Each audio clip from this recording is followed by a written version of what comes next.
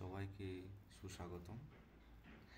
জওহর বিদ্যালয় প্রবেশ শিক্ষা পরীক্ষার আগামী তোমরা যারা যারা প্রস্তুতি নিচ্ছ তাদের জন্য এই লেকচারগুলো। ঠিক আছে, আজকে আমরা অঙ্কে প্রথম চ্যাপ্টার পড়তে চলেছি, যেখানে গণিতের প্রথম চ্যাপ্টার আছে তোমাদের নাম্বার। ঠিক আছে, তোমরা এখানে দেখতে পাবে অনেক কিছু জিনিস, যেরকম প্রকৃত সংখ্যা, পূর্ণ সংখ্যা, জোড় সংখ্যা, বিজোড় সংখ্যা, মৌলিক সংখ্যা, যৌগিক সংখ্যা, আরও ইত্যাদি ইত্যাদি। ঠিক আছে, তো ব্যাপারটা হচ্ছে এটা একটা খুবই ভালো ইম্পর্টেন্ট চ্যাপ্টার, যেটা তোমাদের বেশ জওহর বিদ্যালয় পরীক্ষায় মোটামুটি ভালো কোশ্চেন এসে থাকে। ঠিক আছে, বা তোমরা যদি এখান থেকে মোটামুটি দুই তিনটে কোশ্চেন আসে, বা দুটো বা একটা এরকম আসবে, এই চ্যাপ্টার থেকে বেশিরভাগ টাইম কোশ্চেন এসে থাকে। তো সেসব জিনিসকে তোমাদেরকে ধ্যানে রাখতে লাগবে, ধ্যানে রেখে এই চ্যাপ্টারটাকে ভালো করে আমার কথা মতো ভালো করে পড়া স্টার্ট করতে লাগবে। চলো আমরা স্টার্ট করি তাহলে। চলো আমরা স্টার্ট করছি প্রথম চ্যাপ্টার। ঠিক আছে, প্রথম চ্যাপ্টারে আমরা কি প্রথমেই যে জিনিসটা আমরা দেখতে পাচ্ছি, প্রকৃত সংখ্যা। কি প্রকৃত সংখ্যা? প্রকৃত সংখ্যা হচ্ছে যে সমস্ত সংখ্যা এক থেকে শুরু হয় এবং একে একে বাড়তে থাকে, 1 2 3 4 5 6 7 8 9 10। ঠিক আছে, আরও চলতে থাকবে 1 2 3 4 5 6 ডট ডট ডট ডট, আরও চলতে থাকবে, ধরো 100, তারপর আরও 200 চলতে থাকবে। যত কিছু আছে সব আমরা কী পাবো? প্রকৃত সংখ্যা। বাস এইটুকু মনে রাখতে লাগবে, যেটা হচ্ছে 1 থেকে স্টার্ট হচ্ছে। বুঝতে পারছো? মনে থাকবে। চলো তাহলে আমরা আসি এরপরে পূর্ণ সংখ্যা। পূর্ণ সংখ্যা কি? যে সমস্ত সংখ্যা 0 থেকে স্টার্ট হয়, 0 থেকে শুরু হয়ে একে একে বাড়তে থাকে, তাকে কি বলা হয়? পূর্ণ সংখ্যা। যেরকম দেখো 0, তারপর হচ্ছে 1 2 3 4 5 6 করে চলতে থাকবে। ঠিক আছে, এবার হচ্ছে দেখো 0, এবার একটা জিনিস তোমরা দেখো, 0 কি? 0 হচ্ছে পূর্ণ সংখ্যা। ঠিক আছে, এবার যদি আমরা দেখতে চাই 4 কি? 4 পূর্ণ সংখ্যা, কিন্তু কিন্তু কি? প্রকৃত সংখ্যা, প্রাকৃতিক সংখ্যা। ঠিক আছে, প্রাকৃতিক সংখ্যা মনে থাকবে। ঠিক আছে, কিন্তু একটা জিনিস তোমরা এখানে দেখো, ধ্যান দাও, তাহলে এখানে কি? এখানে 0 আছে কি? এখানে 0 নেই। তার মানে কি তোমরা কি বলছো? 0 প্রাকৃতিক সংখ্যা নয়।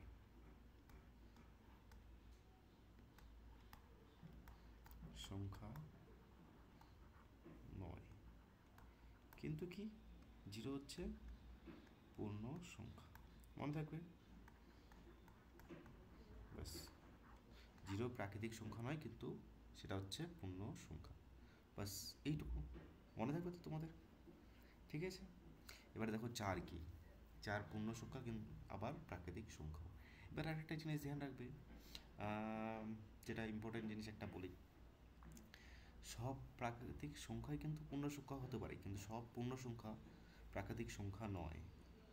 আবার শোনো জিনিসটা ভালো করে, সব প্রাকৃতিক সংখ্যা, ঠিক আছে, পূর্ণ সংখ্যা হয়, মানে 2 3 4 5 6 7 8 সব পূর্ণ সংখ্যা হয়। কিন্তু এবার দেখো, সব পূর্ণ সংখ্যাই কি প্রাকৃতিক সংখ্যা? দেখো দেখি, না, তার কারণ এখানে 0, শূন্য। শূন্য কিন্তু তোমাদের কি? পূর্ণ সংখ্যা, কিন্তু প্রাকৃতিক সংখ্যা নয়। ঠিক আছে, চলো এগিয়ে যাই। তারপরে চলো এবার আমরা আসবো হচ্ছে জোড় সংখ্যা। ঠিক আছে, এবার দেখো, এবার আমরা কি আসছি? জোড় সংখ্যা। বুঝতে পারছো? সরি, বিজোড় সংখ্যা। বিজোড় সংখ্যা কি? যে সমস্ত সংখ্যা 2 দিয়ে ভাগ যায় না, ঠিক আছে, অবিভাজ্য হয় না, সেসব কি? বিজোড় সংখ্যা। বিজোড় সংখ্যা মনে থাকবে, 2 দিয়ে ভাগ যায় না, 2 দিয়ে ভাগ যায় না, তাদেরকে কি বলা হয়? বিজোড় সংখ্যা। ঠিক আছে, এবার তোমরা আরেকটা জিনিস দেখো, কি করে বুঝবো একটা যে এটা বিজোড় সংখ্যা হয় কিনা? এবার তোমরা যখন নাম্বার দেখবে, ঠিক আছে, শেষে দেখো, শেষে যখন দেখবে এখানে তোমাদের 1 3 5 7 9 সেগুলো কী হবে? বিজোড় সংখ্যা। শেষে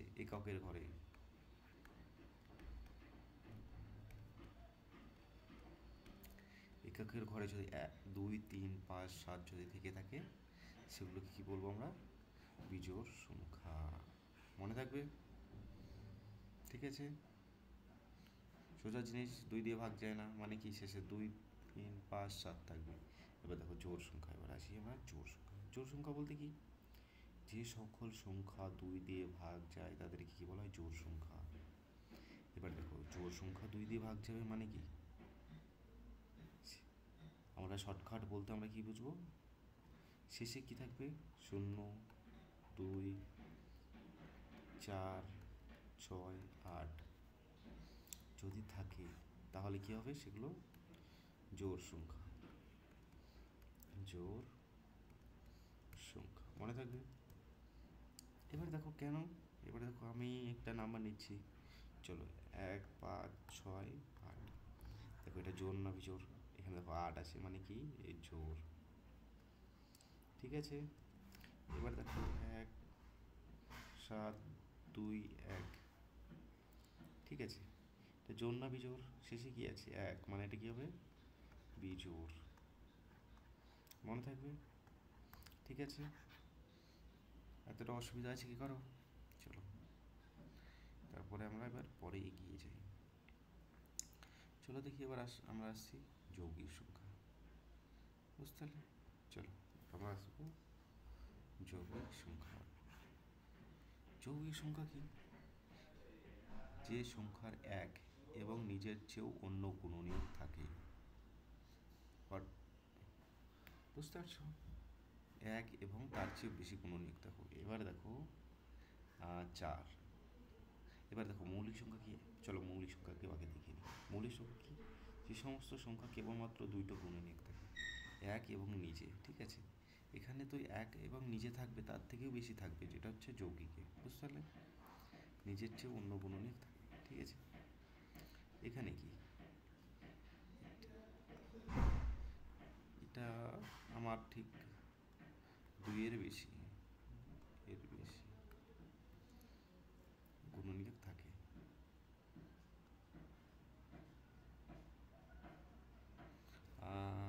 যে সংখ্যা এক ও নিজের চেয়েও গুণনীয়ক থাকে তাকে যৌগিক সংখ্যা বলে। ঠিক আছে, চলো হ্যাঁ।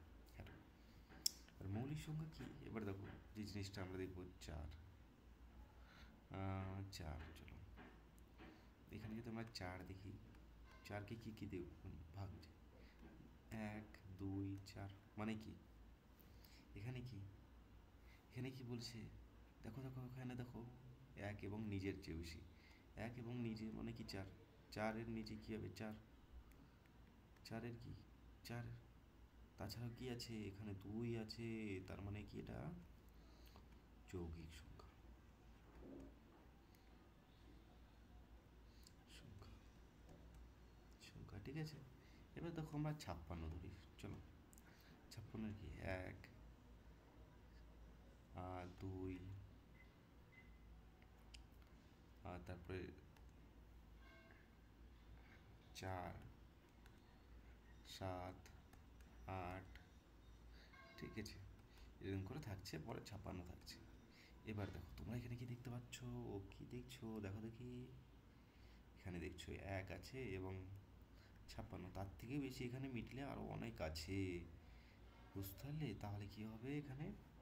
তারপরে তোমাদের 14 আসবে, তারপরে আসবে হচ্ছে তোমাদের 28 আসবে। তাহলে কি এখানে কি আমরা বুঝতে পারছি? কি বুঝলাম দেখো দেখি, যে তার থেকে এক, এক এবং নিজের চেয়ে বেশি, এক, এই যে এক এবং নিজের চেয়ে বেশি গুণনীয়ক আছে 2 4 7 8 1400। তারপরে সরি 14 28, এগুলো কি একের বেশি গুণনীয়ক, তার মানে কি এটা কি যৌগিক সংখ্যা। যৌগিক সংখ্যা মনে থাকবে? ঠিক আছে, চলো দেখি এবার তারপরে আমরা আর একটা চলে আসছি, যেখানে আমরা আসবো তোমাদের পাবো হচ্ছে মৌলিক সংখ্যা। মৌলিক সংখ্যা কি করে বুঝবো? দেখো চলো দেখি 5 কে নিই। চলো 5, ঠিক আছে, চলো এবার পাঁচকে নিই।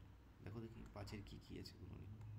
এক আর পাঁচ মানে কি, এক দিয়ে আর পাঁচ দিয়ে ভাগ যাবে, তাছাড়া কাউকে দিয়ে ভাগ যাবে? দেখো তো কি এখানে কি লিখেছে, এখানে কি লিখেছে, এক এবং নিজেই যাবে শুধু, তাছাড়া আর কাউকে দিয়ে ভাগ যাবে না, কেবলমাত্র এই যে দেখো কেবলমাত্র লিখেছি, কেবলমাত্র এক এবং,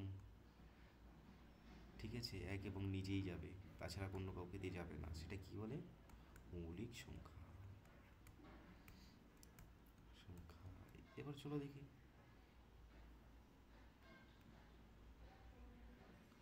এবার চলো, এবার আমরা আসি, চলো দেখি একটা এক্সাম্পল নিই।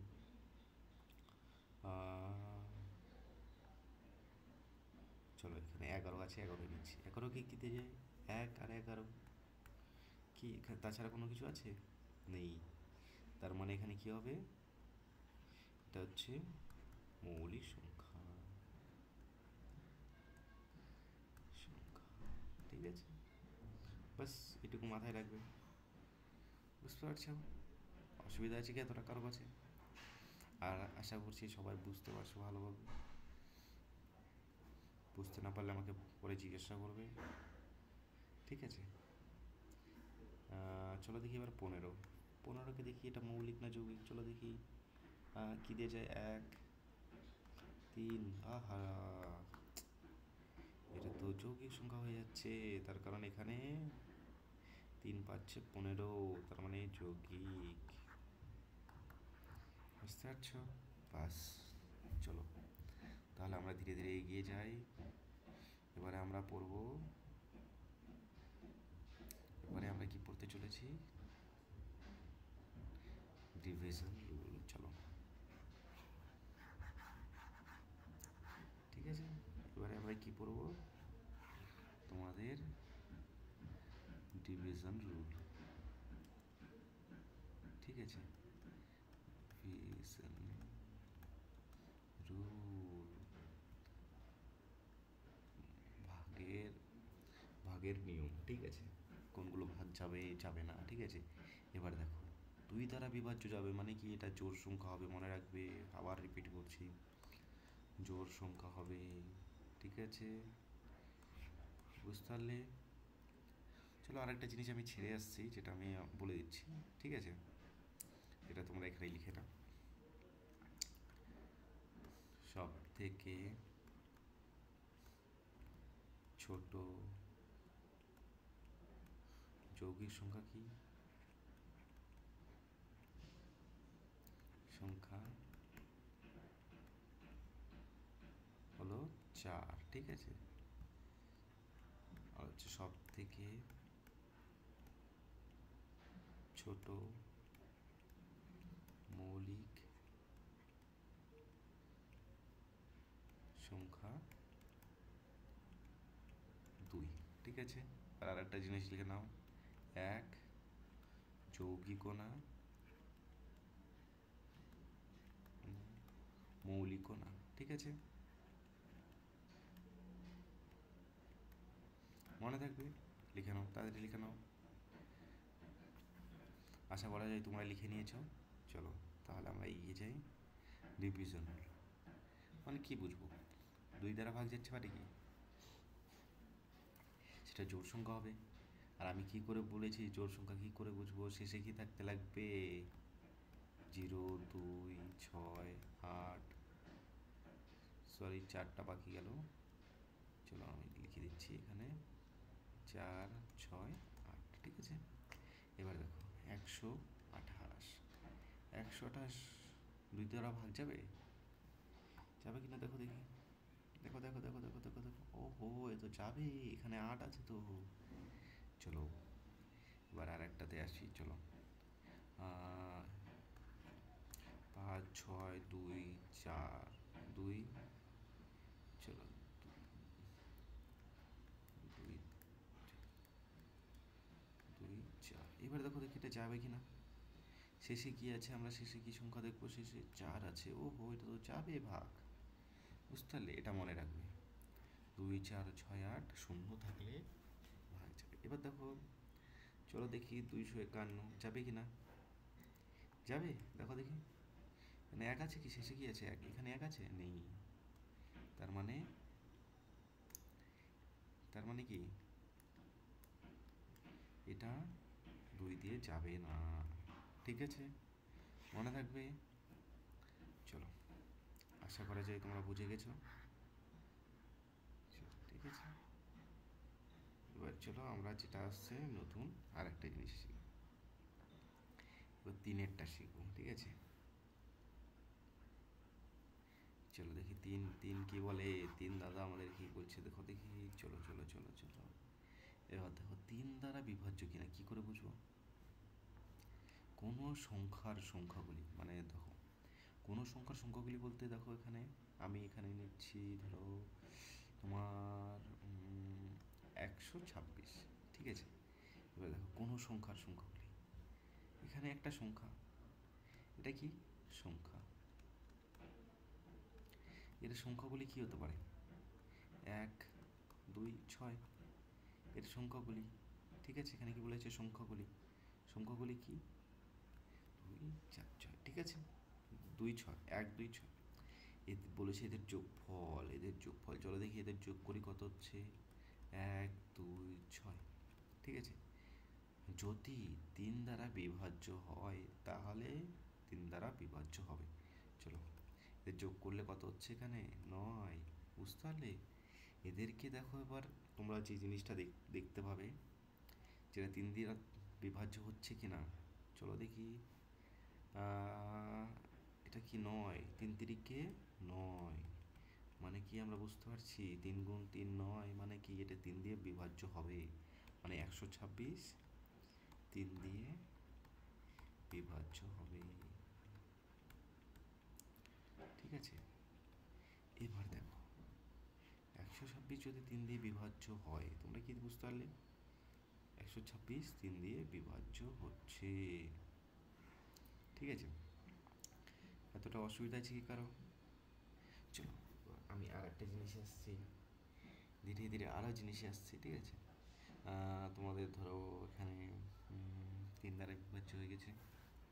এবার দেখো দেখি এটা কি করে সত্যি কি 3 দ্বারা বিভাজ্য হচ্ছে কিনা। চলো দেখি 126কে 3 দিয়ে ভাগ করে দেখি, 3 4 12, 4 6, 3 দুগুণ 6 2, বাহ, সত্যি তো এটা হচ্ছে 3 দিয়ে বিভাজ্য হচ্ছে।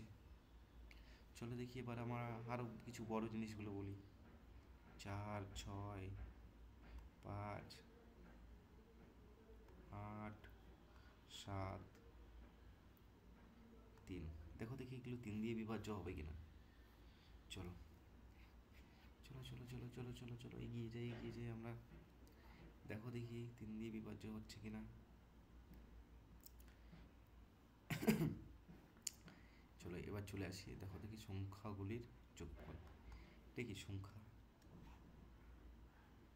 4 6 5 8 7 3 সংখ্যা, এদের যোগফল কি হবে, 4 যোগ 6 যোগ 5 যোগ 8 যোগ 7 যোগ 3 কত হচ্ছে দেখো দেখি, এখানে 33 হচ্ছে তো দেখো, 10 15 15 15 30 33 হচ্ছে, বাহ। এবার এটাকে আরও একটা জিনিস, এটা তো বড় হয়ে যাচ্ছে 33, চলো দেখি আমরা এটাকেও আবার যোগ করি, কত হচ্ছে, এটা কত আসছে তোমাদের, সেটা আসছে তোমাদের 6, কি 3 দুগুণ 6, 3 গুণ 2 6, মানে আমরা এটা কি বুঝতে পারছি যে সংখ্যাটি 3 দিয়ে ভাগ যাবে, বুঝতে পারছো, অসুবিধা আছে কি এতটা। ঠিক আছে, বাস, আশা করছি তোমরা সবাই বুঝতে পারছো।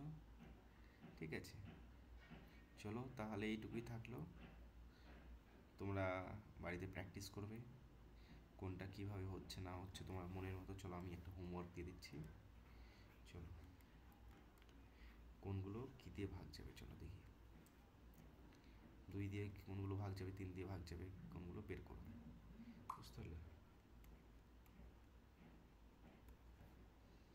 2 দিয়ে কোনগুলো ভাগ যাবে দেখে নেবে, ঠিক আছে।